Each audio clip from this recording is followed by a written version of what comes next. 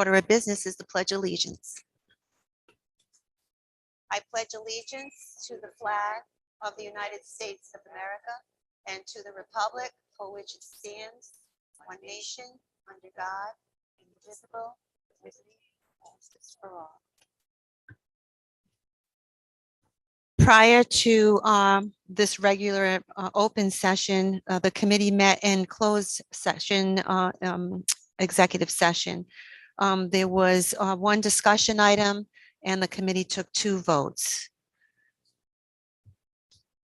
The moving forward to the open session agenda, we have the consent agenda. Do I have a motion to approve the consent agenda? And then we'll open it up for discussion. Make a motion to approve the consent agenda to include regular session minutes for March 9th, 2022, special session minutes for April 7th, 2022. I'm gonna go all through the bills too. We'll do it all in one. Bills, general fund fiscal year 21-22 in the amount of $168,200.21. General fund bills for fiscal year 22-23 in the amount of $68,948.79. Nutrition bills in the amount of $57,836.04. Grant bills in the amount of $41,246.21. And also for the non-renewals of certified employees for fiscal contingency or program reorganization. Do we want to read those or do we want to? I don't think we need to. I believe that it is online. Okay. Is there any discussion? But do I have a second? A second. Is there any discussion on any of these items? I was not at the April 7th meeting, so I will not, I need to remove myself from that vote. I don't know if that can just be in general as I vote for the entire consent agenda, John, or does that get pulled out? What I would recommend simply is there be a separate vote on that one piece of the consent agenda. Okay. Okay, so So I would like to amend my Amend it, motion to exclude to include the consent agenda with the exception of the special session minutes for April 7th, 2022. But I do, so I need a. do we have a second? Second. Okay, is there any discussion? Yeah, my only question is, as far as the bills go, our numbers are significantly lower this month. This is not what our monthly bills usually look like. There's a lot of things. I don't know if it's because early bills on here. There's a substantial dollar amount difference. We're working to get them into the Tyler system. Okay. So that everything is done properly moving forward. So you may see more next time. Okay, because I know, because bills have, and again, I know there's a change, so I don't mean, but But you're again, absolutely right. there's a significant, it's significantly lower. So next month, I'm going to assume we're going to see a significant higher amount as everything is inputted properly under the You're correct. correct. Okay, no, I just wanted to, and I believe what isn't here, what we used to get is broken down under early bills. Is that, are we still doing that? We're going to be trying to do the exact bills in the month each month. So you will be seeing exactly what's happening. Okay, that's it. Just a follow-up to that, Stephanie. Are there any vendors or services that are going to be delayed in getting payment? Moving forward, no, but there has been this particular month with the transition. Yes. And we also Absolutely. will need to be, and correct this, my brain doesn't always think like the fiscal year or our fiscal year. So we also have to be cognizant that we're still going to be paying 21, 22 bills even longer. So that's going to be a little bit. Yes, Okay. you're correct. Yeah. Good job. I have a question about the non-renewals. John, if you could help me understand, or anyone else, with the Accountability Act, why are we voting on that?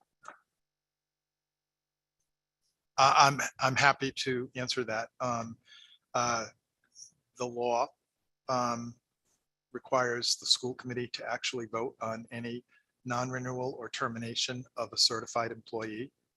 I suspect, but this is now my opinion, and that is, while the folks at the legislature really didn't, it was not a concern, of the unions in terms of who gets hired. But once they are hired, the unions want to make sure that there is every protection possible in place before a person is terminated.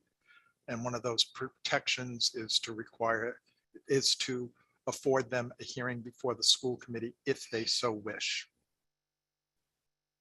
Okay, so the It's the law. superintendent can hire whomever they want according to the Sure. Accountability Act. In other words, the Education Reform Act gave the authority to do the hiring to the principals and the superintendents. But on the other hand, they did not want to make it easy to fire people. Okay. Gotcha. So this used to be in February, we used to do this, I believe, right? There A were- few years back, they used to call it, there was a bloody flyer. I forgot what it was, but just in layman's terms, for me, There were, this is basically under state law requires that if there is the most remote possibility that somebody is not going to be hired again for their position, they need to be provided this notice so many months in advance. And this is what this does, correct? This does not mean that these people are losing their jobs. It means that they have to be provided. And it's painful. I've been doing this for a long time and I used the same names would come up and now those names don't come up but it's what has to be, correct, Lori? That's correct. And I hand delivered these notices, which is a horrible experience for the employee and certainly was for me, at the high school and the middle school and North Scituate last Friday. And as I explained the process to each one of the teachers, I did also say to them that my commitment is to try to get all of the recalls done before school ends. That is my aim. Contractually, what do we have to do? the way that the system works there is that if we wish to terminate a teacher who is non-tenured because there are better teachers available or who is tenured for good cause, the February deadline is still in effect. Okay, but this After does the not Fe- pertain, this is not, I understand. The statement was made about February. I Yep. just want to be clear about that. With regard to teachers laid off by June 1st, that is solely for the reasons that the superintendent gave. That is fiscal matters. In other words, budget. The issue with regard to budget, it may be, for example, that John was on a leave of absence last year and I'm planning to come back. And Stephanie was hired to take my place during the leave of absence. And if I come back, Stephanie doesn't have a position. So the people who fall in the category that you're voting on now, it has nothing to do with their performance. It has to do with the number of teachers that you will need to operate the schools next year. The superintendent is correct that to try to recall teachers by the last day of school, because if you don't recall them by the last day of school, they can file for unemployment. None of this is contractual. This is all in state law. and this is in every district in the state of Rhode Island. Every district in the state of Rhode Island goes through this exercise. So when we prepared the budget, we prepared a personnel supplement that included positions because the school committee, as part of the budget process, approves the number of slots. You have the authority to go in and put whoever you'd like in those slots based on your recruitment practices, but we give you the slots. My question is, that personnel supplement was done in November. How do we know that those teachers are still all going to be needed or more were going to be needed in light of the enrollments that are getting better information? Like thank God we're moving the date of our fiscal year, but we know that we did the best we could with school just starting, trying to understand how many classrooms we were going to be needing. Is that something that's part of your process before you hire everyone back? Is that you'll be back and going to look at the enrollments for September again and to determine whether or not you need all of those classrooms and those teachers? Yeah, I preliminarily sit down with Mike at the high school. Look at scheduling, look at enrollments, and then we sit down with Maureen from the union. So once we get all the retirements, who's on leave, who requests a leave, who's coming back from a leave, we will sit down with all of the seniority lists with Maureen and go through the process of making sure that every position that we need to have filled is filled according to the contract, according to seniority, and that we're not violating anything in the teacher's contract. No, so, because on that It's- late, it's a whole to add to, process. yes, and I'm sure it's numbers and it's constantly moving, but the reality of it is, and I think the other way of saying it is that, again, we do everything we can to retain our own, we're thankful, but just because if we don't have students to teach, we can't afford a position, right? Like that's the bottom line of what it comes down to, that, yeah, no, and it's not a pretty thing, but as you know, if it's needed this year, but not next year, and I know there's a lot of juggling that's done, and people, I've seen teachers boom, boom, boom to, you know, to make it work, but that's a reality. Yes, we certainly are not going to have teachers on the payroll Yeah, without yeah. full. Or any staff member for that, any staff Well, member for that correct. reason. And this is particular, this RIGL is specific just to your teachers. That's yes. Today, Yeah. yes, Okay. that's what you're.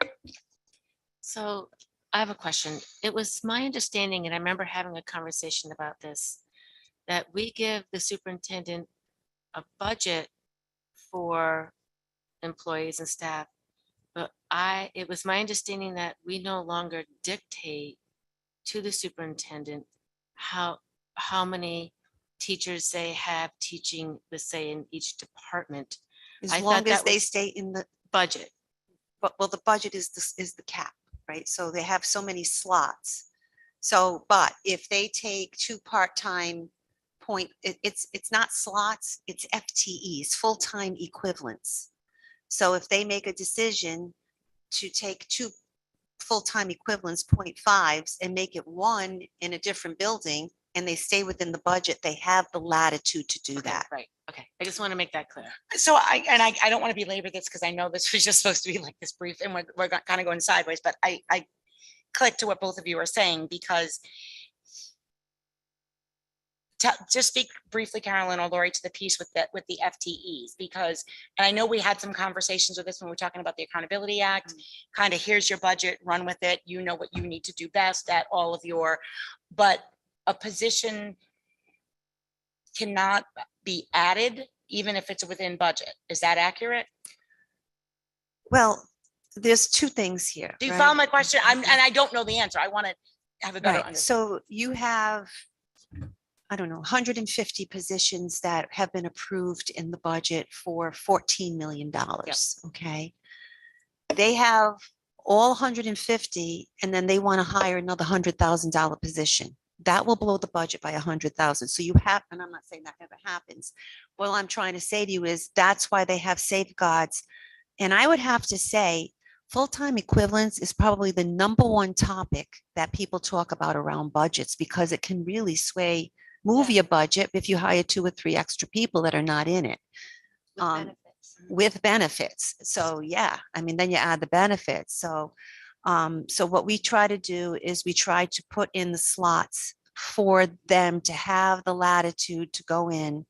Now, as Lori just said, she may have 150 slots, but she may not need 150. She may need 145. And so she may need 5 that are open. To make matters a little bit more complicated, even in some of the budgets, you're given 150, but then there's a turnover number or what they call breakage. So you have to leave so many slots open so you can achieve your savings. And this budget has a hefty number that we have to hit. So it's not cut and dry. I'm sorry that it's not a one-to-one, but I do want to be sure that the superintendent has the latitude to operate the district within the confines of that 150.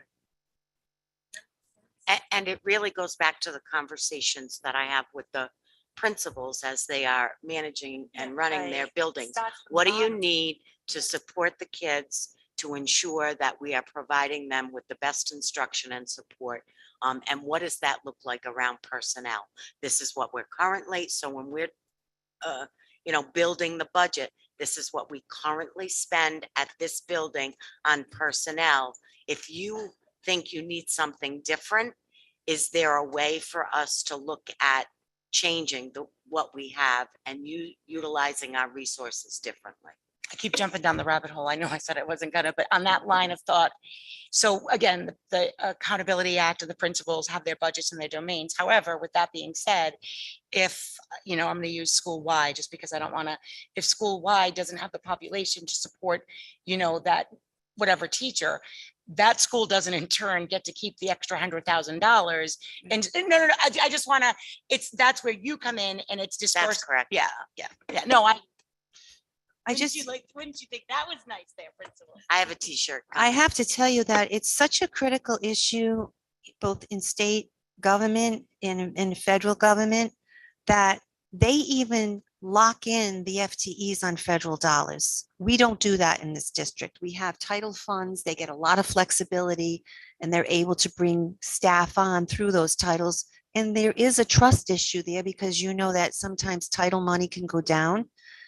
And if that does happen, then there needs to be a plan for that staff, especially when it's one-time grants. So I think we've kind of tried to do a balancing act here. It is a balancing act. Yeah, and it has to be a level of trust. I do want to just go revisit the vote here. I hate to do this, but we're going to have to take the minutes separately. So do I But we're- have, We're all set to vote on the consent agenda. except for the exclusion, minutes? yeah. Yeah, okay, So so, we've had discussion. okay, so do I have It's all in favor. I know, so do I, is it just for those two other items? No, it's for the entire consent agenda right now, With the exception with the of, exception of. Okay, all those in one do I favor? have, all those in favor of the consent agenda excluding the minutes? Say aye, or nay. aye. Aye or Aye. nay? Okay. Excluding the minutes for April 7th. For April 7th, okay. I Do make, I a- have a, do I have a, She'll make a motion. go ahead. do a for the next one, motion, where yeah. okay. I make a motion to approve the executive session minutes for April 7th, 2022. All those in favor? I mean, do I have a second? Second, All those in I will favor? be removing Aye. myself from that vote because I was not at that meeting. Okay, and Aye. Erica recuses herself. Okay, superintendent's report.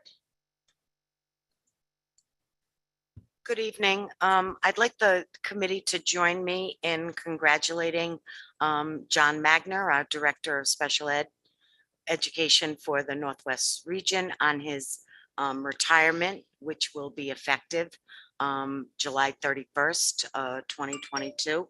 I want to thank John for the many years that he has provided services and support to the students of Scituate and the staff. And I hope he enjoys his retirement and gets to do everything that he's been putting off for so many years. So thank you, John.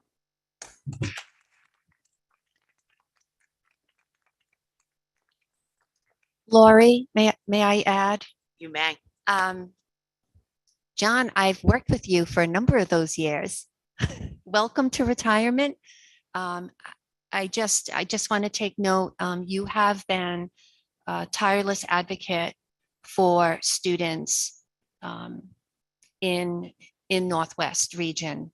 And so I know that from working firsthand under your leadership. So thank you.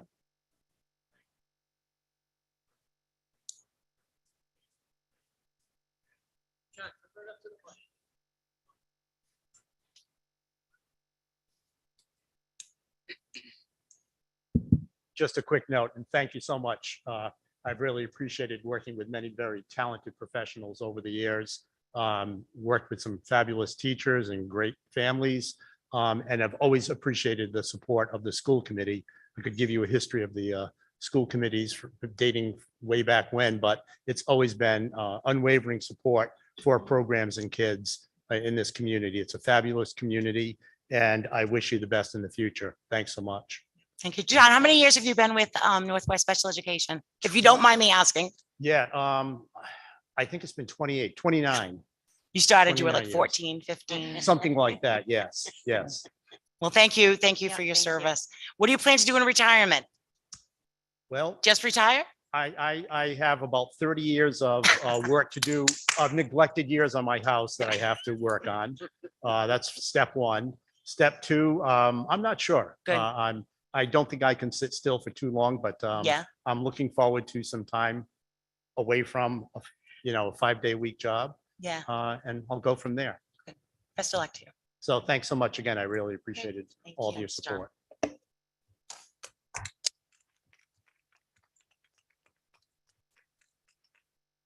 Additionally, I'd like to recognize. Oh. Sorry. Well, we could put him to work, that's for sure.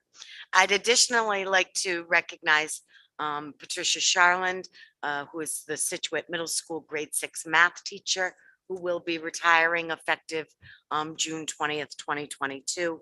Again, I want to thank her for her many years of service and supporting those middle school students in the area of math. And I hope that she enjoys her retirement and does all of those things that she's been putting off. And Patricia Soltis, our occupational therapist, her retirement was effective March 28th, 2022. I know that the committee recognized and was notified of Cindy Thacker's retirement at the last meeting. But I asked Cindy and Jen and Jeannie to join us here this evening so that we could celebrate a little bit Cindy's retirement and her many years of service here at Scituate. And it just so happens today is also her birthday. So we've had lots of cakes in the office, and I have a cake here today. And I'd like to thank Cindy for all that she has given Scituate over the many, many years. Those three ladies really, I'd like them to stand. I know there's nobody here, but yeah, we will.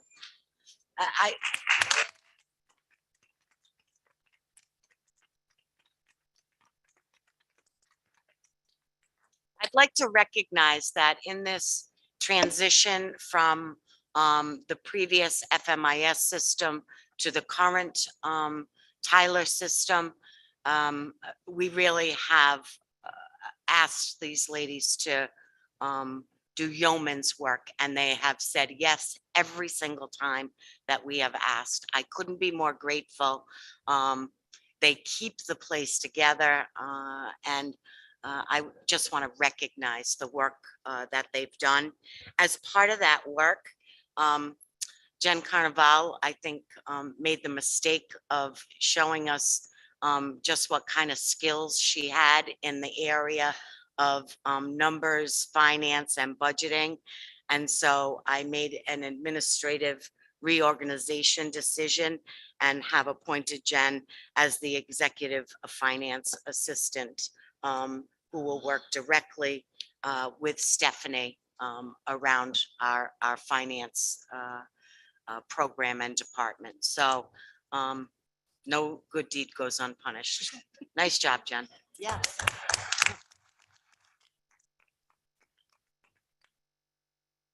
You want to say a few words? Well, Carolyn's getting ready. I just want to say thank you, ladies. We know you have a very short bench in that office, and a lot of tasks comes out of a very small place. So it's one of our small district pains. Is wonderful, wonderful things about being in a small district. One of the things not so wonderful is many people wear many hats, and you're called to do many, many things. So we know there's not. Sometimes I feel like there's 100 people there with the work that's put out, but we certainly know that the bench is pretty small, so thank you all. I'd like to also just tell the committee and our parents and people here tonight that it has been a tough 5 months. And I literally was pretty much, I was in the trenches with the superintendent and Stephanie, And it was so moving to see the quality of your work. Jeannie, you just blew me away with the amount of attention that you had in your arms around all of the payroll, which is our biggest number in our budget. And yes, it's true. When I started seeing Jen's spreadsheets, I called up the superintendent. I go, do you know how good she is? Like, she can really do numbers. And then, of course, we found out that Cindy was leaving. I was like, oh my God, we can't let Cindy go now, so. Oh, they're not letting you go. Okay, I understand that. So I and the committee really want to express our appreciation. And Janet, since you're on the end, why don't you come up for us? We just have a little bit of thank you so much.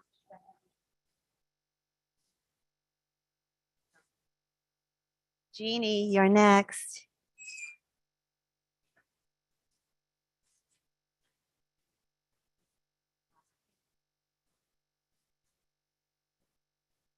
"31 years, 31 years of Cindy's life that she's been servicing our kids. That's amazing. And I'm so grateful to you, Cindy. So again, you have some flowers too, but happy birthday as well. So.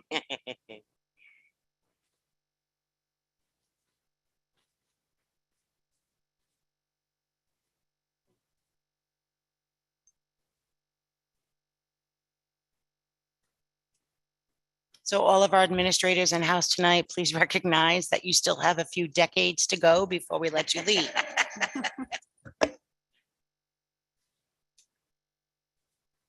Would we like to take maybe 5 or 10 minutes just to cut this cake and then I can finish my report after they. Okay.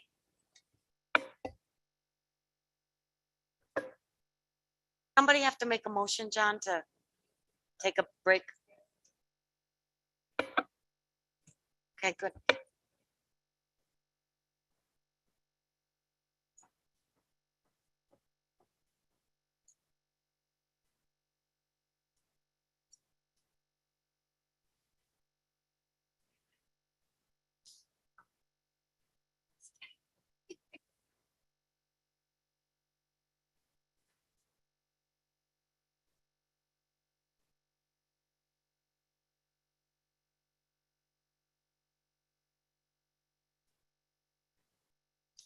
I noticed you've got your turquoise. Oh, yeah, your Texas turquoise.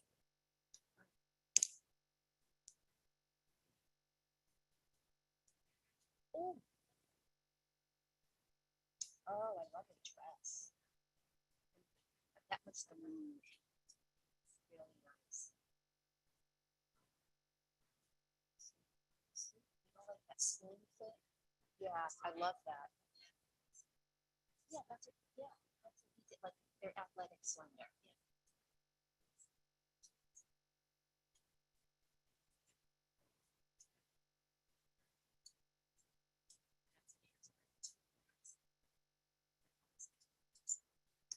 Oh, right. Of course. Yeah. I don't think I've ever met a piece of cake I haven't. Yeah.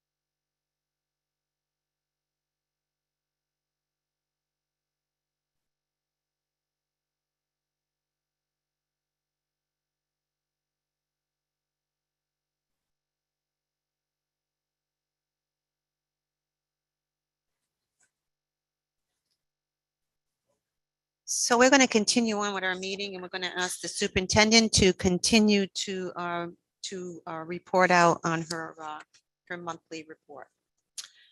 So I'd like to take this opportunity. I know that all of the school committee members get the updates, the monthly updates from the schools that talk about what is going on. But I would just like to highlight a couple of activities. We are getting down to the end of the school year. We, before you know it, we're going to be at graduation. Mike and I have had some preliminary conversations about that, and I know that he's doing a lot of planning around graduation, but I just wanted to highlight some of the end of the year activities that are going on at the schools.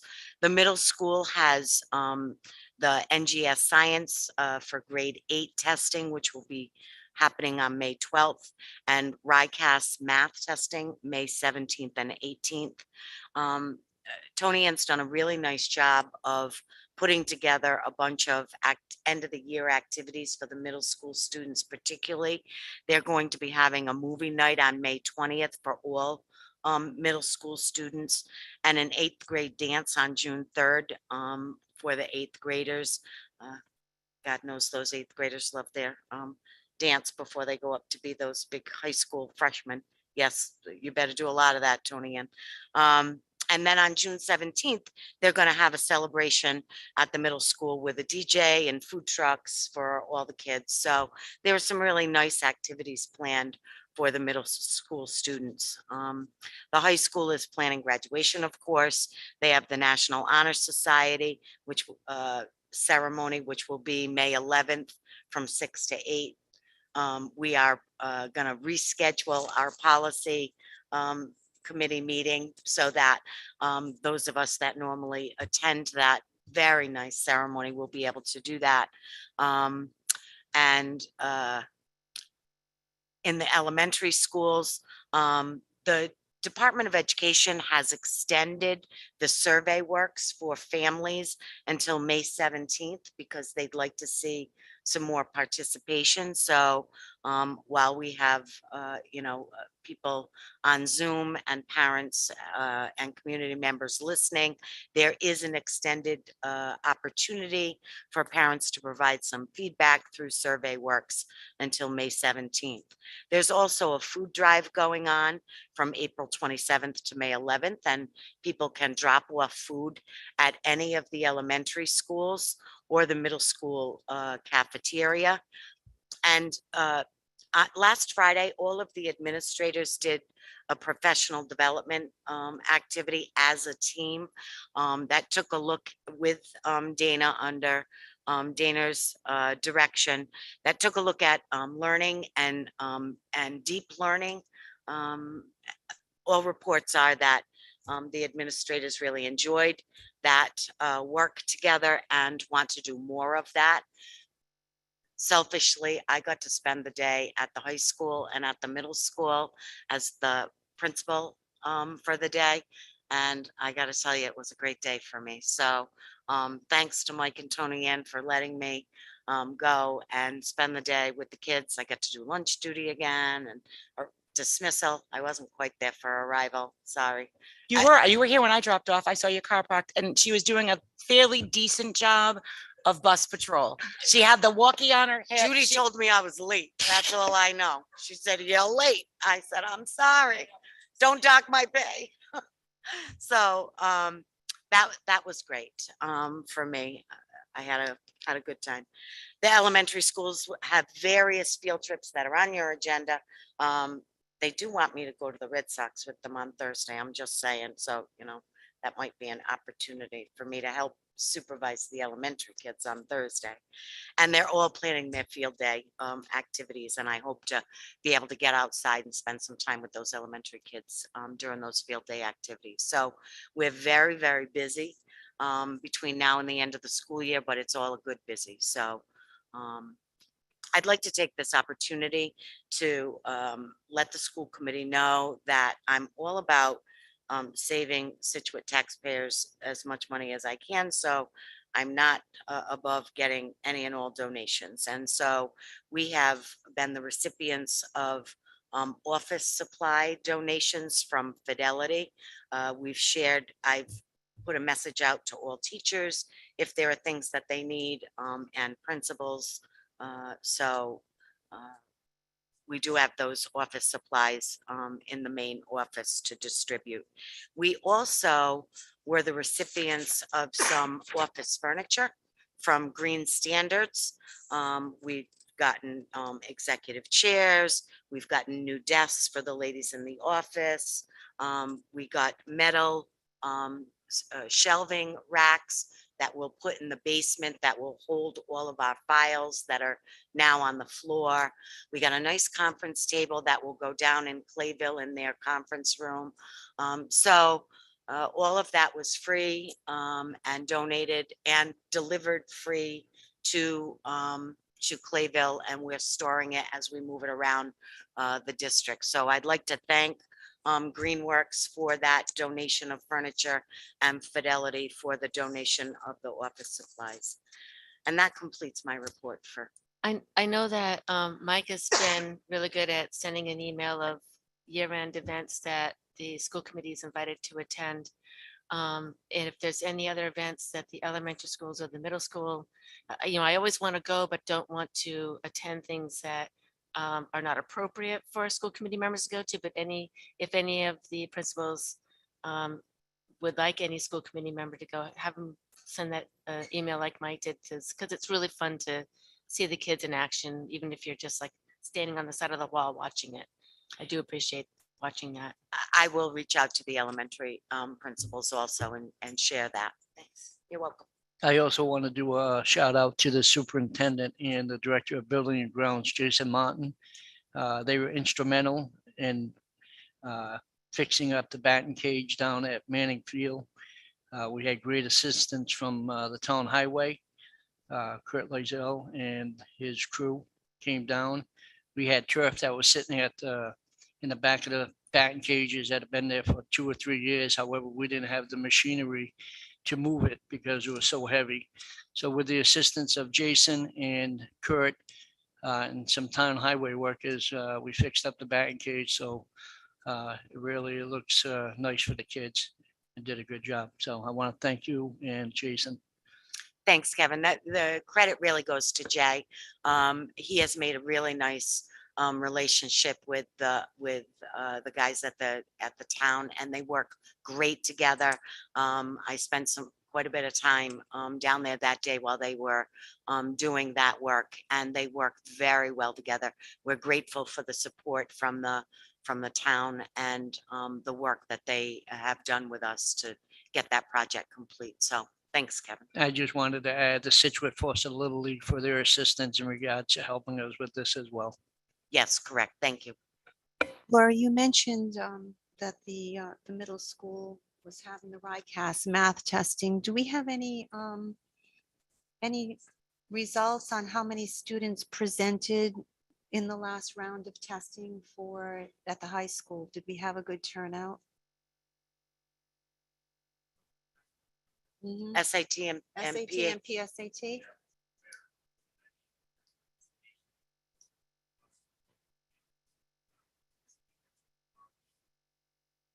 Okay, can we get that? SAT Can you we want get me to those say it again? results on? SAT results will be out this week. And when we get the results, we'll be sure to share them with school Will committee you members. be ready to put those before us in June? Yeah. And just so I can repeat, we had a 98 participation rate. Thank you, Michael. That's amazing. Good luck on the math RICAS participation. I'm going to be fair, and I'm going to ask, because you're going to shoot me a dagger later, because as soon as you heard tests, I knew data questions were coming. Is it fair to ask to have that turnaround in June? I'm just being honest, or do you need time to digest that That's first? why I asked. Yeah, like, and I think we can give you some preliminary SAT data in June. The deep dive and dig you'll get next year, but we can give you some preliminary data, Yeah, right, I get it. Mike? Going to get released by the state anyway, Right, isn't it? exactly. I'd rather It'll have, be I'd rather public have you knowledge. communicate it in the way that you understand it better than just us reading raw numbers statewide. I hope we did good. The next agenda item is the athletic director report and the plans for providing adequate practice and competition space for all spring sports.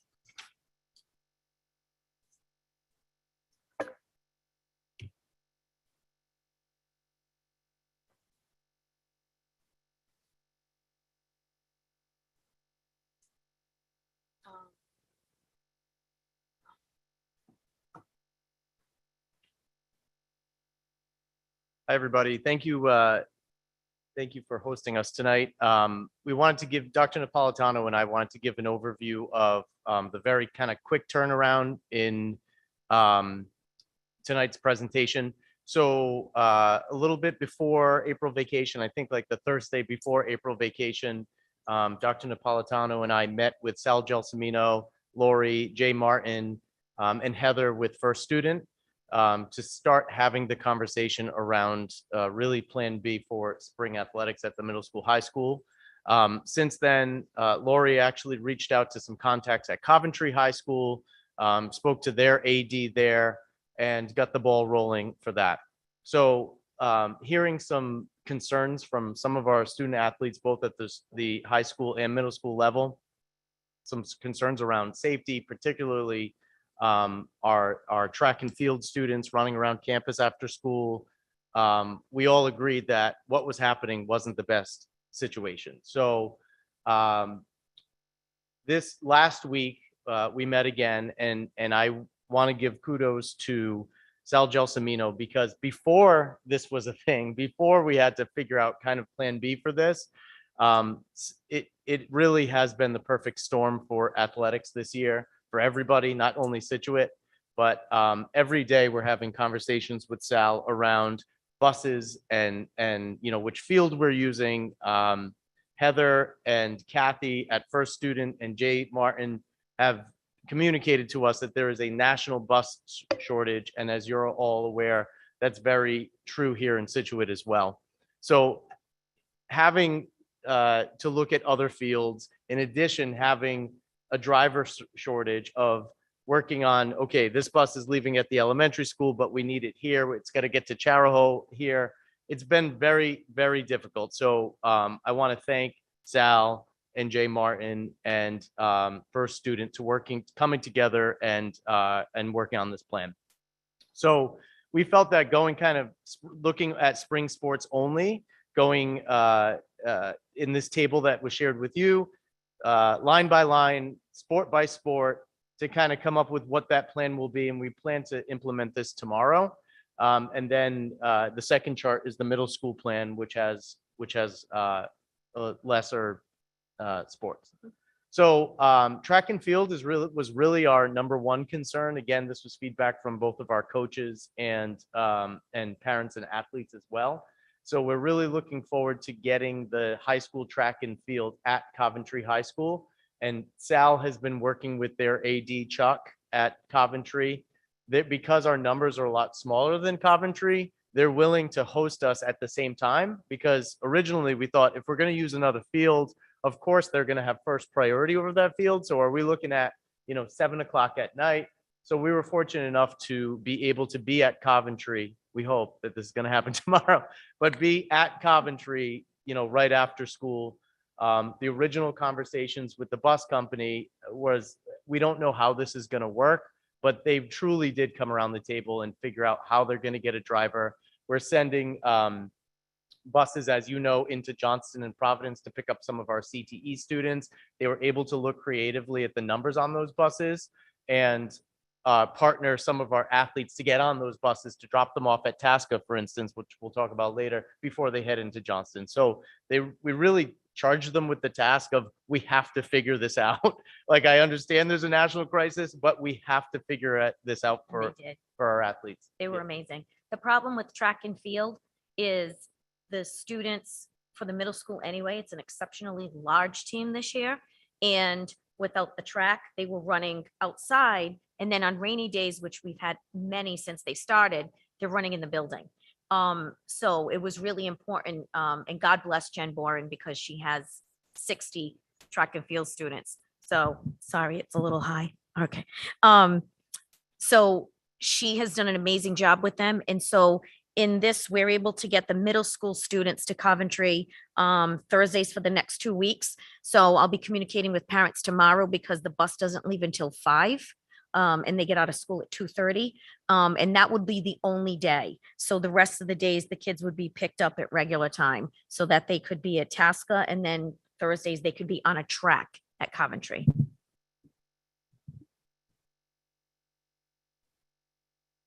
Were there a lot of parents that came forward with concerns about this, about this issue and the spring sports and the logistics of it? Did For you me, hear it a lot was- of For me, it was track, feedback? and the track coach advocated for the kids to be. So able it to was a run on the track issue for yeah. you? Was it, Mike? What did you hear? It was more track. Okay. That they didn't have the I mean, as you know, we have a beautiful track there, and the fact that we couldn't use it, I think is obviously a sensitive subject, and so I think Sal fielded a lot of those concerns. And then it seemed to all kind of come to a head right before April vacation, and that's why we put the team together to come up with the solution. Questions for? Yeah, probably for Tony Ann. Having been a middle school teacher, first of all, that number is phenomenal. Mhm. 60 kids participating. That's a great number. However, they don't drive. So you've got kids, school lets out, but they've got to be back by 5. They have working parents, maybe not be able to get back. Do you have thoughts for those athletes as part of this plan? One of the things I'm going to send tomorrow as part of the communication is a Google form to see which parents were not able to pick up their students and bring them back by 5. And then they can fill out a Google form. And so I have a list of that day of the week on Thursdays, which students are staying, and they can go to department night until 3:30 or 3:15 or 3:30. And then from 3:30 to 5, go to a designated room with supervision because of that reason. Yeah. Because, the other teams all leave right at 2:30. And so this one, it's going to be just Thursday, so it'll only be one day. So Mhm. I did plan on sending that communication out. We're going to roll this out, and we were waiting till we presented it tonight. So now it's official. So we'll be sending that out to the parents Yeah. because that is an issue when we've had kids at the school. So we have teachers that do supervision after school for Mhm. detention after department nights, getting them on the late buses. And so some of the athletes will go into the high school caf and wait there until the bus comes for 4:00. So it hasn't been an issue, but this Thursday is going to be the only glitch. Yeah, well, that's not bad if it's just No, one. I'll take it. It's only Yeah. one day. And the other question I had, I know I'm looking at this as it's the spring athletic plan, Mhm. but I think an issue that arose, I mean, you mentioned the safety aspect, Mike, with the kids, having to run within the school building and sort of ad hoc outside. We did have an issue back in the fall where, because of the overuse of the fields, that there were divots and so forth, and kids were being injured. So as part of this spring athletic plan, knowing that we're using some of our fields, probably more than in the past, is there a maintenance strategy so we avoid that? Yeah, so the field use is really our typical spring use, minus boys lacrosse. The girls lacrosse team is their home games are down at Manning Field. And my understanding is that Jay Martin has worked to make that field the best that it is, and without divots, and the field does look good. The boys lacrosse, their home games are away because they're different lines, and it's not big enough down at Manning Field. Okay. So I guess my point is, this spring isn't different than any other spring. This isn't putting more usage on any field than it normally would do. Okay. Do that. The middle school is going to Tasca Field now. Okay, so unlike the fall. Exactly. Yep. Gotcha. Thank you. One of my questions is, and this has been an issue for a long, long time, even when my son was in middle school for the baseball, my oldest, which is probably almost 10 years ago. My concern is when the bus brings the students over to Coventry, is the bus going to stay? Because sometimes we have to go pick up students somewhere else. And sometimes the children are stranded at their location. Yeah, so the track and field at the high school, the bus will need to drop students off and come back. And my first thought was, I remember 6 years ago at the school committee when this was a major concern and a valid one. So we worked together to voice that concern. And Chris, I'm sorry, could you just scroll up a little bit? There's a safety plan that we have in place. So the coach, and this will be communicated to the coaches and the students, in the event of a thunderstorm, an emergency, or whatever it should be, the coach will contact Sal, our athletic director, immediately. He'll then contact the personnel at Coventry and they'll be allowed into the building. He's already started those conversations with them and made them aware of that safety concern. So they know that it'll be this door, it'll be this building, and you can have access to it should an emergency come up. Thank you. Well, we all realize that this is, not ideal, but it certainly is a lot of work and brings safety first to the kids. And I don't think anyone other than the people involved like yourselves realize the logistics that has to go into this. We're just sitting here going, oh, that looks good.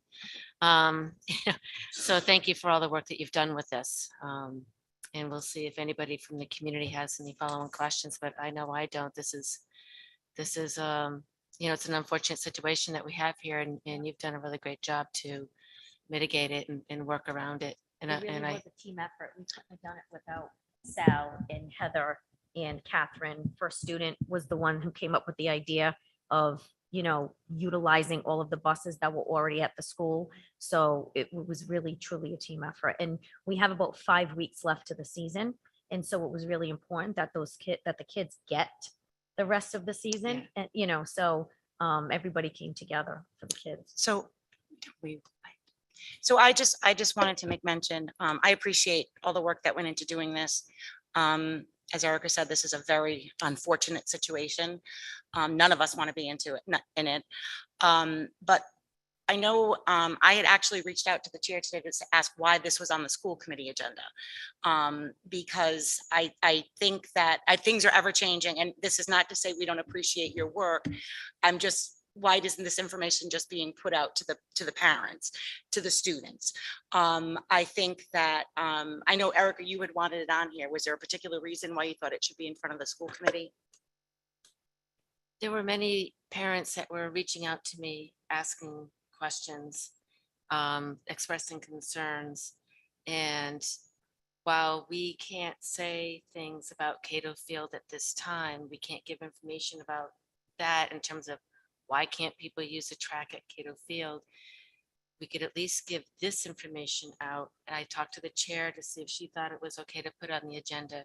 And we felt that let's get this information out. Okay.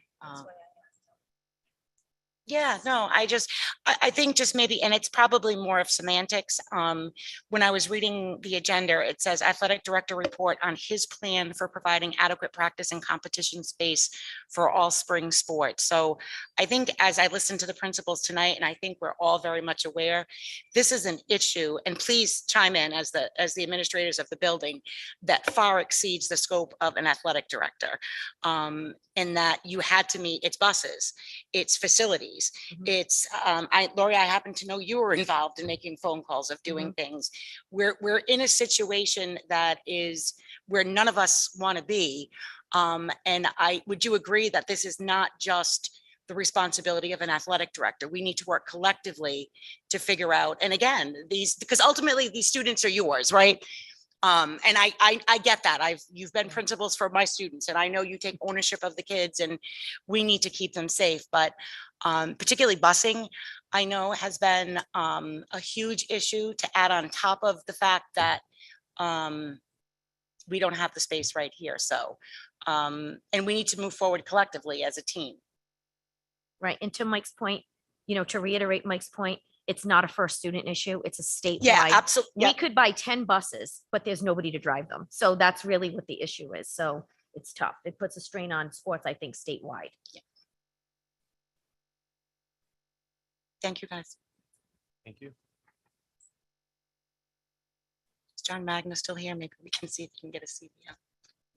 I just forbid Lori for driving the buses because she'll be out You there need to draw the tomorrow. line somewhere.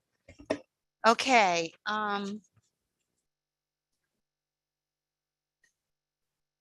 does anybody, well, we're going to public comment. So, does anyone here tonight, have anything, any questions, or would they like to make a comment? Please come up and, state your name and address.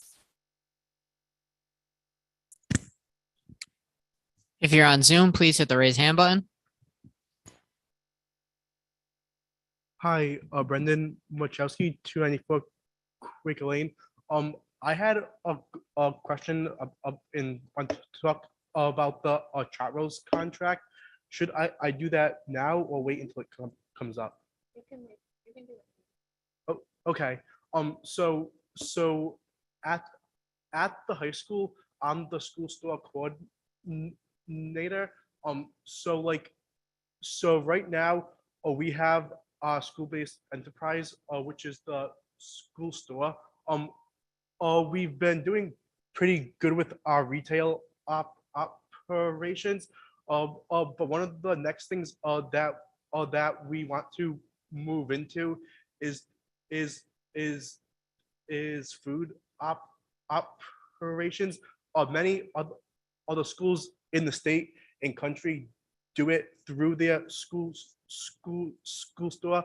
I know that last year when the Chartwell's contract came up, I talked to you guys about that because we ran into some roadblocks with Chartwell's not wanting us to be able to sell during the school day. So I know that nothing in their contract is going to change. I just want you guys to keep that in mind as their contract basic. So one thing that I do kind of want clarification on. So the a la carte items that Chartwell sells, do they make the money from that, or does that go into the district nutrition fund? Do you guys possibly know? Okay, it's fine if you don't. No, I believe that, and I don't know for sure, but I know that we talked about this last time the contract was due. We get on a very slippery slope when we start talking about introducing other food venues or food opportunities in schools. I can tell you that these companies, and I think everyone probably, at least on this committee, understands how I feel about a lot of these big businesses. But I also have to be fair, and I do know that they operate on a very fine margin. And when they don't meet a profit, it goes into deficit. And many times that deficit gets laid on the lap of the school department, depending on the contract that they sign. And in light of the challenges out there with inflation, food prices, gasoline, I do think it needs to be looked at more closely. And I think maybe some type of maybe that would be something you would want to do, is to a small study and look at pick one or two other schools in the state and see how they integrate that. But I do know that it's very, I mean, they get like pennies a meal. I mean, it's very tight. And I just, again, my concern is always falls back on our students. And when we run deficits, that means we can do less for students. And I know you're doing yeoman's work there. I just think it needs to be really, really looked at and integrated. So this year for Chartwell's, it looks like there's quite a big profit of compared to when there was a deficit in previous years. I know obviously that's because of COVID. You and they're really, getting yeah, more- you can't, more money. yeah, Brendan, you But- really Oh, can't no. So- compare so- this year, because if you Yeah. go back No, I know what you're saying. all of the other Yeah. years, we So- run deficits. Oh, yes, I know. So one thing I guess is, so this year, Chartwell's isn't even doing al carte items.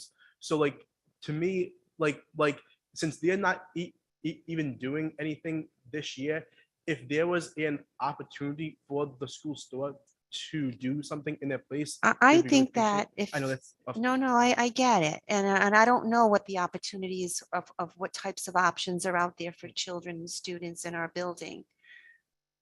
I would think that a big company would want to try to help a store like yours Yeah. and maybe offer more opportunities Yeah, for like- kids to have different items and maybe potentially go into some type of a cost sharing. I don't know what that looks like, Yeah. but I do think it just needs to be studied because Yeah, like, we can't afford to run Oh, yes, deficits yes, and yes. we need equipment in our kitchens. And so Yeah. even if we have some surpluses in these accounts now, yeah. we do need to upgrade some of the equipment too. So I Yeah, encourage yep, you to continue yeah. on to pursue it, but I do Yeah. believe that it needs Okay. to be much more deeply looked at. Yeah, like, the reason I mostly asked is because I see these other districts in the state and even like outside of the state, and their school-based enterprises for food service, or they can do so much. and work with I us would with it. only there's like caution you thousands. one thing. When you have a district that is poverty or in an urban district, they make Yeah. a lot of money on lunch. Like they get the highest reimbursements. Oh, yeah. Okay. If you're going to study and look at, then look at another Scituate. Yeah. Because I would really be interested to seeing, and I'll be, send me the information. I would be interested to seeing how those smaller suburban communities are making that work and Okay, being yeah. able to maintain the bottom line. And again, to add jump on that, Carolyn, I would recommend kudos to you for thinking outside the box. Like, but I'm listening to Carolyn and Yeah. me, Brendan, I'm Yeah, pretty straight. yeah. Don't get your hopes up. Right? Like Yeah, to no, be realistic, I think it's a Yeah. phenomenal idea, but we need to negotiate with the food vendor to get, cost food for our kids. And again, I think you trying to do everything to think outside the box is wonderful. If you look at other districts in Rhode Island that are comparable to us in North Smithfield, like that, if there are places that are able to do Yeah. that and work it in somehow, we're Yeah. not above asking, but I just don't want, don't yeah, put the bank yeah, on it. Do you know what I yeah. mean? But don't not Oh, try yeah. either. I Yeah, fully understand. perfect. The other thing I would suggest, I don't know if you're tax exempt, a nonprofit organization. I know that like Little Leagues and other sort of organizations, you can fill out a tax form and you don't have to claim taxes on the things that you purchase, which, Yeah. it's not a big thing, but it does help, Brendan. Yeah. So, Okay. Thank you so much. Chris, I don't know whether or not we have anyone at home who would like to make a comment. I have not seen any hands raised since we called for it before. Brendan. Okay, thank you. The next section of our agenda is new business, and the first agenda item is the approval of Trotwell's contract beginning July 1 for 1 year with the option of 3 additional years. I'm going to bring this right to discussion. I would like to request that this item be tabled. We did get the information late. And quite frankly, I am not happy personally with the numbers in this contract. I think for the first time, our district, because of, a pandemic, and some of the federal assistance that have been offered to school districts, we're finally showing a little bit of a surplus. We have needs. And so I am not happy with the minimum in this contract. I've made that known. And I can't support it as it is. And I also know that, I know a lot of you also haven't really had a chance to take a deep dive in it. I will remind the committee that this is like the second time they've tried to do this with a minimum. It's like, is it 29,000? It's Yes. $30,000. And right now the current contract has 0. So we don't, so I really, that needs much more dialogue, or quite frankly, we need to go back out to bid. I think I personally think we should just bid it if they don't want to revisit this. But I know, Carolyn, in the past, and I'm with you on voting to table. They've come and presented to us. mhm. It's usually a show. What, this time they're just sending the contract. I granted, we can't. No, they were scheduled to come Okay, in, but because yeah. of the late All and right. then the thing, we just said, go back, and we didn't really have a chance to feed back on them. I would rather have them come and present to the committee when we have something that we can agree to, and not waste our time to come in here. And, we did call them. We asked them if they would actually consider making the adjustment on that number. And they said at the time, no, that was their final number. And then we said, okay, Then do we go to bid? yeah, I think we're that's- gonna give them another day or two. I know Stephanie's done a really good job working with them. But I've already talked to Stephanie as well as the superintendent, and we may need a special school committee meeting to just really quickly gather and ask to go to RFP. They are working on coming back with something. So as soon as I know, I can communicate that. Okay. If they come back with a more reasonable approach, you'll get the contract in a more timely manner, and then we can put it on the June agenda. So Lori, the last few years during COVID, if you could refresh all of our memories, how has this been run? Because there's been so much aid coming in, all lunches were free, so we didn't really need a contract the past 2 years. Yeah, we have had a contract with them over the last 2 years, but under COVID, the federal government has allowed all kids to get free breakfast and lunch. So the first year when we had a lot of students that were the first year, any child in the community, you didn't even have to be a registered student in the district. So that's when we implemented the delivery of meals, since we had buses going out to bus stops and homes anyway. We put the food on the buses and delivered, and we could count each and every one of those breakfasts and lunches. So that certainly helped our revenue stream and build up the surplus. This year, we were not able to do that based on regulation, but all students have been free for breakfast and lunch this year also. So every time, lots of kids, I mean, I spent Will Day Friday. I didn't get to the middle school cafeteria. I'm sorry, Tony Ann, but I spent the entire time in the high school cafeteria. And there was a long line out of that hot lunch area. So kids are getting food. Now, Stephanie and I have this pipe dream that because the kids have all had hot lunch all year this year, that they're going to really want to eat it next year, and they're going to have to pay for it.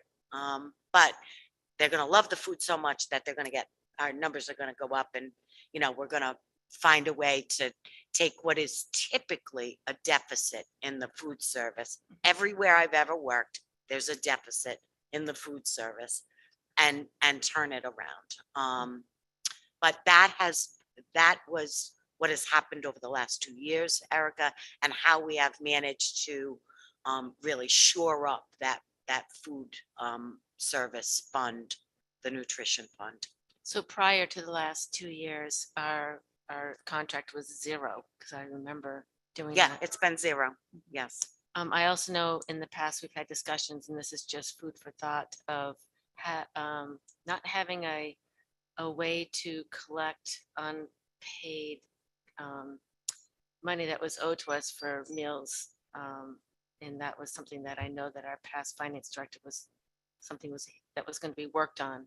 But going forward, now that we're back into not getting all this free lunch from the federal government, finding ways to collect money that is owed to us, if that can be done. Yes, we've had discussions already about reconciling bills that have been coming in, and also ensuring that the applications will be going out much earlier so that there is some residual people continuing on with the buying of lunches. I know for one, I won't be packing lunches for my daughter, so this has been lovely. This one. Yeah. It just gets painful when they're running a deficit and they get a cheese sandwich while everybody's walking around.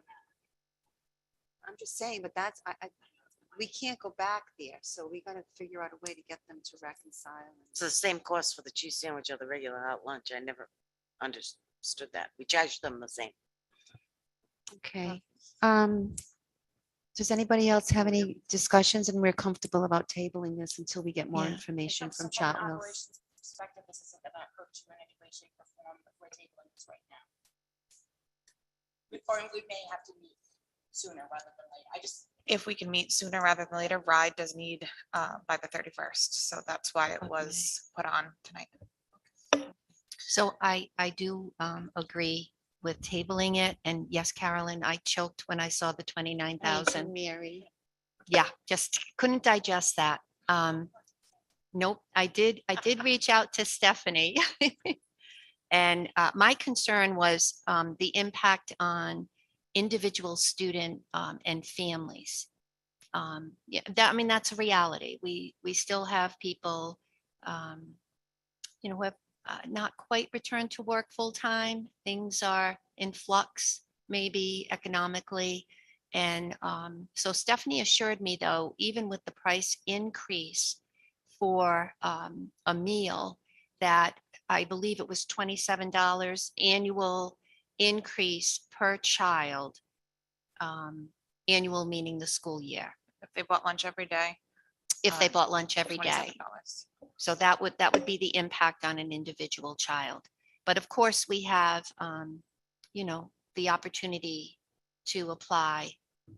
And we want to encourage that strongly for folks to take advantage of that. It benefits us in a multiple number of ways, particularly with the funding formula. So, we're looking, it's not just the impact on the district, but to let folks know, we want to look at how does it impact you individually within your family.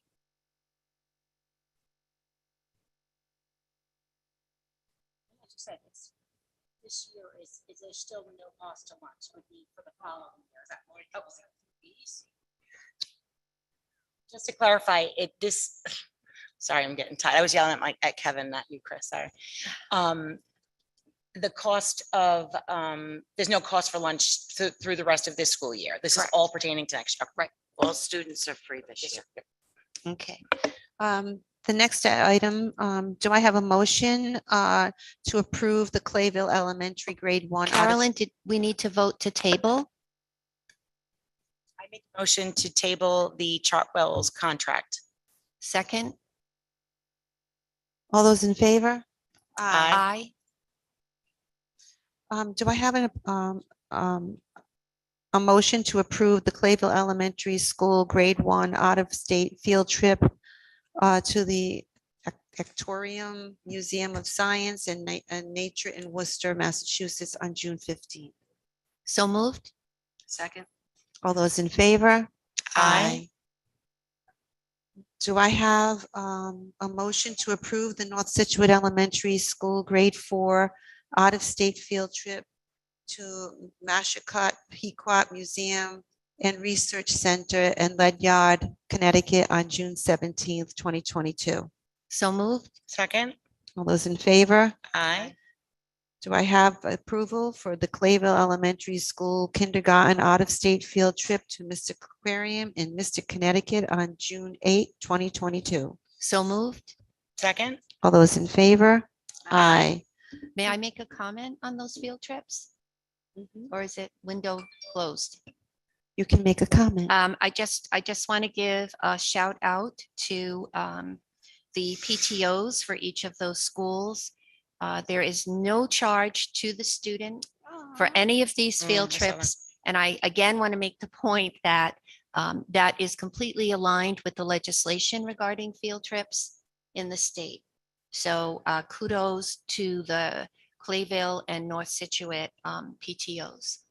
And it's so nice to see class trips again, isn't it? Like, it's like almost normal, like these things like, It felt great to see that on the agenda too. It was good. The next agenda item is just to give us an update on the Esser 2 and Esser 3 programs. I know Esser 1 budget is actually closed out. Esser 2, it looks like it's pretty much gone. So I asked Dana to come up and just speak to us for a little bit on where we are with each one of them and some of the work that her and Lori and the teams have been putting together to help close the gaps, especially over the summer. And, I know that the committee would be really interested in hearing about that. Hi, good evening, everyone.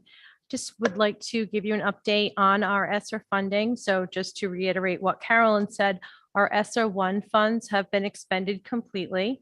And we used the money for Chromebooks and brought us to a 1-to-1 district throughout the K-12 spectrum. So we're a 1-to-1 district because of that money.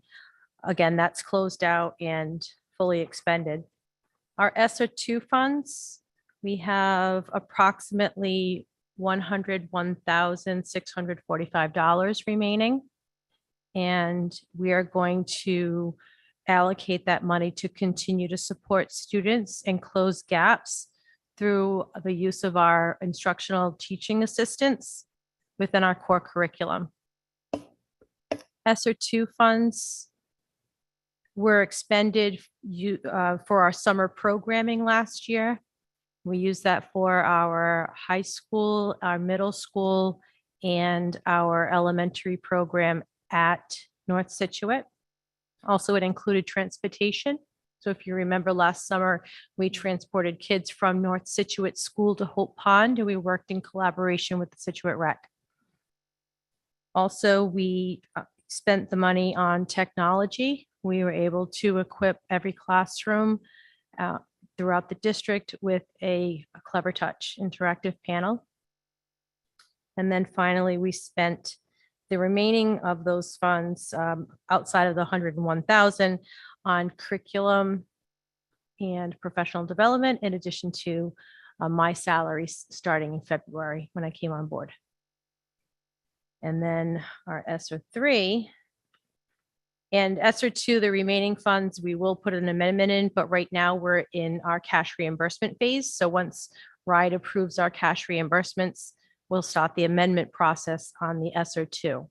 So that will be closed out by the rest of this year. Finally, our Esser 3. I just started expending that money. And so far we've paid for Annuity. So the Annuity is our summer programming we use for credit recovery at the middle and high school level. We also have it set up to use during the school year for semester if we need kids to work in another platform in case for whatever circumstances that might come up. The nice thing about that is we received a 2-year quote. So through Esser funding, we've funded that for this upcoming school year and the year after that. So we're able to get a discount on that. So we have a 2-year funding on that. The only cost associated now with that is the per semester or per summer course use on that. So I've met with the administration for the secondary level, and we've mapped out our summer school dates, what that's going to look like.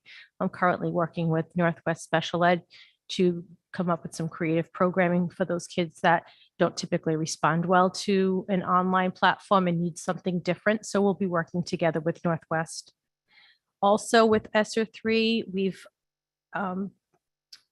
I've coordinated a 40-person cohort for our Science of Reading Proficiency training. So we'll have 40 teachers throughout the district in a 2-year cohort to gain that proficiency rating under the Right to Read Act with the state. So, and that will be an online course for that. So to just build on that, that is a requirement that all of our teachers in the district are trained under the Right to Read Act.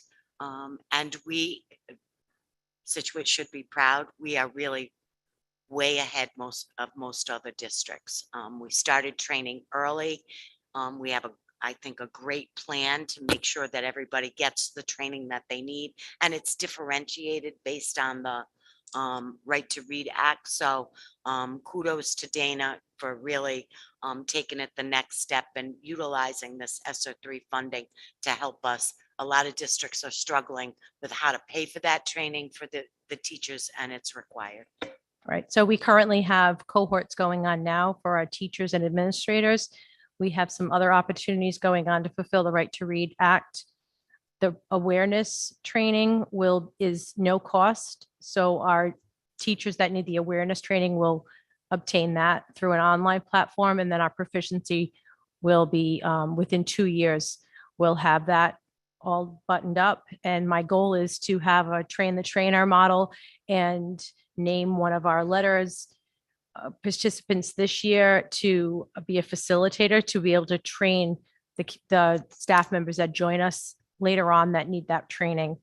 So that's where we are right now. I hope to come back quarterly to give you updates and answer any questions that you may have. If you have any questions, feel free to email me and I'll add them to my updates and I can get on the agenda for this. I'll also be holding stakeholder meetings with our stakeholders throughout the district, like I did in the planning process here. So if anybody wants to be a part of that, you're welcome to join us there. And I'll send out that communication town-wide, so we are able to cast that wide net again. Do you have any questions regarding anything I've talked about? I don't have a question, but I can hear Mary thinking from here. Is there any way, or do you think it's appropriate, or is it an opportunity to highlight the fact that our teachers are trained in this right to read, and to show that our teachers in Scituate are trained? I don't know how we would go about that, but it would be Sure. I nice mean, to I think what I'd like to see is an update from my department and be able to give an update on how we're progressing. Because the other thing I forgot to mention is we also secured a grant, a competitive K-2 grant, where we're offering before and after school interventions for our at-risk and emergency readers right now. And so we're very fortunate. That was a highly competitive grant that I took on early. I took it on like the month before I was still at Hope. And I was really surprised and pleased to get that. So that's working right now. And we're closing those gaps at all 3 schools, elementary schools, just in K-2. So I think there is a lot of great work that the teachers are participating in right now, and highlighting the hard work that their building principals are doing is a great way for us to celebrate those things. And it's not just to the parents in the community, it's to everyone in the community, because I don't have kids in the system anymore. So if I wasn't on school committee, I wouldn't know this. I would want someone to, all the taxpayers that are supporting this district, and we do have a lot of great support from our taxpayers. It gives them even more cause to do that and be proud to live in this town with all this great work that's going on. Agree. So to build on that, where I'm working with Mr. Rambacher around our websites, and when I went to that professional development in West Virginia, one of the Apogee, one of the presenters that was there, did a full scan of Scituate's website, our social media, blah, blah, blah, and created a booklet that told me exactly where our strengths were and where our weaknesses are. And so to get back to Dana's point, I've asked Tom to take a look at this as an option to redesign our web pages so they become better at marketing Scituate, what we do well, and to really be eye-catching for the community and share that kind of information. Dana and I have talked about ways to get our curriculum on our websites. So a parent who's thinking about purchasing a home in Scituate will be able to go and see exactly what their first graders curriculum will look like, and be able to gather a lot of information. So it's multifaceted, and Dana and I and technology and the principals are trying to work together to put all these puzzle pieces together. Dana, I know that there's a lot being planned, but at some point, is there going to be a hyper focus on our middle school and closing the gaps in that particular, in those particular grades, 7 and 8? You know, every time we get the statewide testing, we are seeing very challenging and concerning outcomes. And so is there any way possible that we can talk about some strategies to really come up and bolster those students and provide even more than what we've been providing to our teachers to help them, help the students achieve? So I agree. And it comes from, it starts with the core curriculum. And so we have high quality curriculum now in place for math, ELA, and now science has been added to that with Amplify. So it starts with our core, and our goal is for all students to be responding to the core. And if not, then what do we do for those kids that aren't responding? So we're looking at our interventions, and we're working with Bridge RI and Nicole Bucka and working in MTSS protocols with them in a framework. I'm also participating in the community of practice professional development and my focus with that group is secondary. So I'm working with a cohort within that cohort of secondary. I talked to neighboring communities this morning about how to strengthen MTSS practices at the secondary level. It's a challenge across the whole state on how to close gaps at the middle and high, because we know elementary does it well naturally because they have the kids all day. So we have to overcome challenges, but the first step is a core curriculum. And then now, Dr. Napolitano and I have talked about what can we do for our math interventions. So we're lining up our math interventions. We worked really hard with Miss Gianfresco, and we've been working alongside her and looking at the data. So we are looking at it. We're working on now addressing writing, because we find that that's going to be a pivotal piece in all of this. So we are having those conversations. And I do worry about the culture at the middle school. I know that the social and emotional needs of our students are increasing. So as we think about all of these other strategies, let's not forget the culture of that school. I don't want to lose one more student from our middle school to go someplace to a district that's inferior to ours, or a high school that's inferior to ours. And we have it added, and you mentioned the social emotional supports. We have added increased social worker there through the mental health grant with Northwest. We've added an elementary social worker, which freed up our one social worker for the district. And so we've also added into Esser a social worker for the upcoming school year for the elementary to give more support to that high school and middle school. So there are those systems in place. And then, we continue to build the tiers out from in the social emotional world as well. So we I are look forward keeping to seeing the results. Can Me I too. jump in, Dana? And excuse me, say it again. can I jump in? Of course.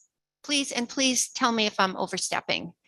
But I just want to remind the committee, because I've lived it, and I spoke to it, is one huge intervention is you spoke to core curriculum, but the fact that now all of the elementary schools are, there's the same curriculum in all 3 schools.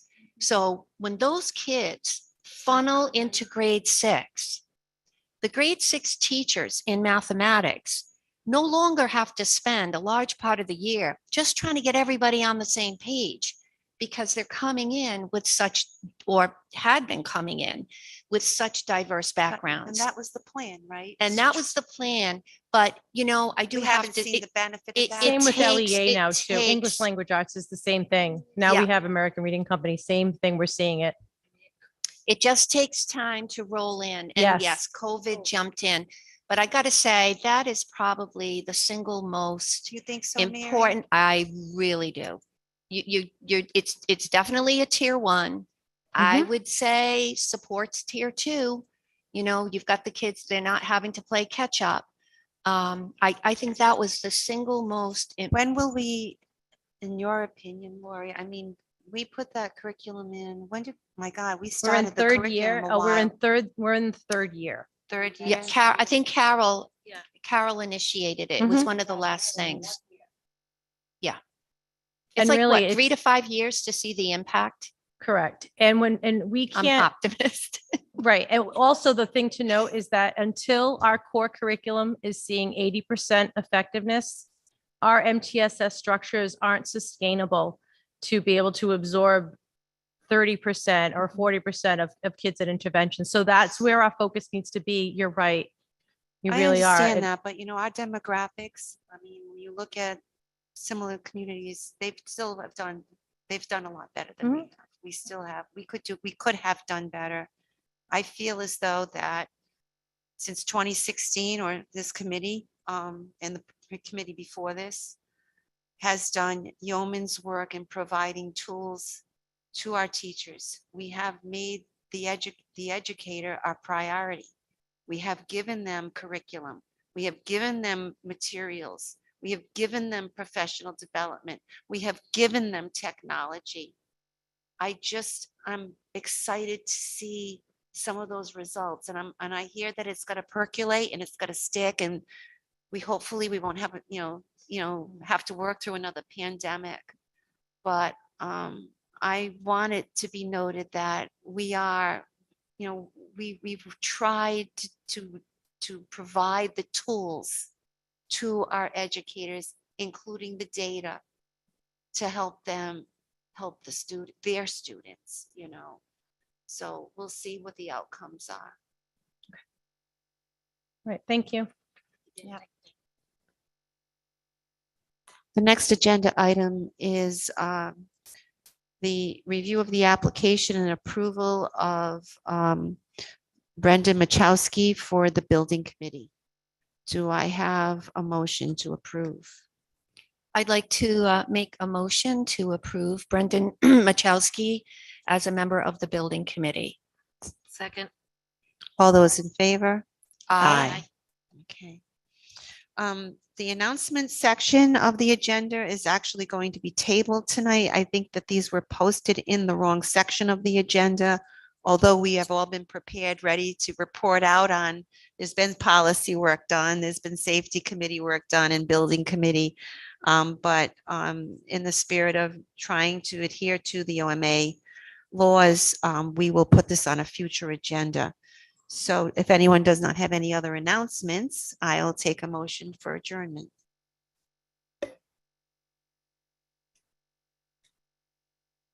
Make a motion to adjourn. A second. All those in favor?